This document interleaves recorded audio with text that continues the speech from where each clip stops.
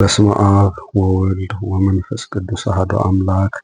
ተአምረ ኢየሱስ 23ኛ ተአምር። ላም የሰረቀ ስለ አንድ ሰው ይቅርታው ቸርነቱ ለዘላለሙ በእውነት ለሁላችን ይደረግልንና ጌታችን አምላካችን መድኃኒታችን ኢየሱስ ክርስቶስ ያደረገው ተአምር ይህ ነው። ጌታ ኢየሱስ በገሊላ አገር ሲኖር ከዕለታት በአንደኛው ቀን በጎዳና ሲሄድ ከፍልስጤም ሀገር የላም ጊደር የሰረቀ አንድ ሌባ አየ። የጊደሯ ባለቤት ሌባውን አገኘውና ጊደሯ የኔ ነች በመባባል ሁለቱ ተጣሉ። ጌታ ኢየሱስንም በጎዳና ሲያልፍ ባዩት ጊዜ አንደኛው ለሁለተኛው በዚህ ሕፃን ፊት ላይ ብርሃን ይታያል፣ ስለዚህም ያለ ጥርጥር ከነቢያት ወገን መሆን አለበት።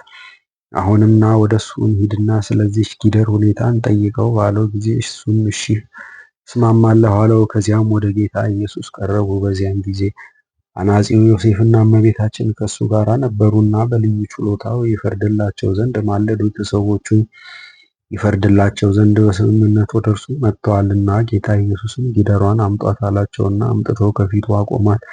ጌታ ኢየሱስ አንቺ ጊደር ጌታሽ ማን እንደሆነ በሰው ቋንቋ ትነግሪኝ ዘንድ አዝሻለሁ አላት።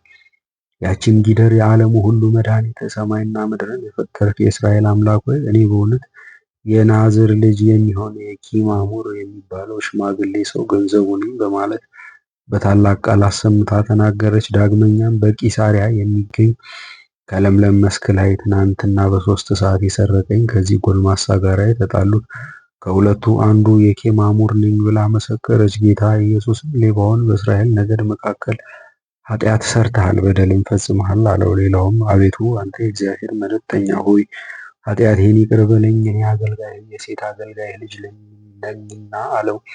ጌታ ኢየሱስም በስራ ስለመጸጸትህ ኃጢአትን ይቅር ብዬሃለሁ፣ ነገር ግን ከዛሬ ጀምሮ ዳግመኛ እንዳትበድል ተጠንቀቅ አለው። ያም ሰው ቤተሰቦቹም ሁሉ ጌታ ኢየሱስ ክርስቶስ ተቀዳሚ ተከታይ የሌለው የሕያው እግዚአብሔር ልጅ እንደሆነ በፍጹም ልባቸው አመኑ። ያም ሰው ከእንግዲህ ደቀ መዝሙር እሆን ዘንድ ፍቀድልኝ አለው። ጌታ ኢየሱስም የዓለም ተገዥ የሆነ ማንም የኔ ደቀ መዝሙር ሊሆን አይችልም አለው። ይቅርታው ቸርነቱ ለዘላለሙ በእውነት ለሁላችን ይደረግልን፣ አሜን።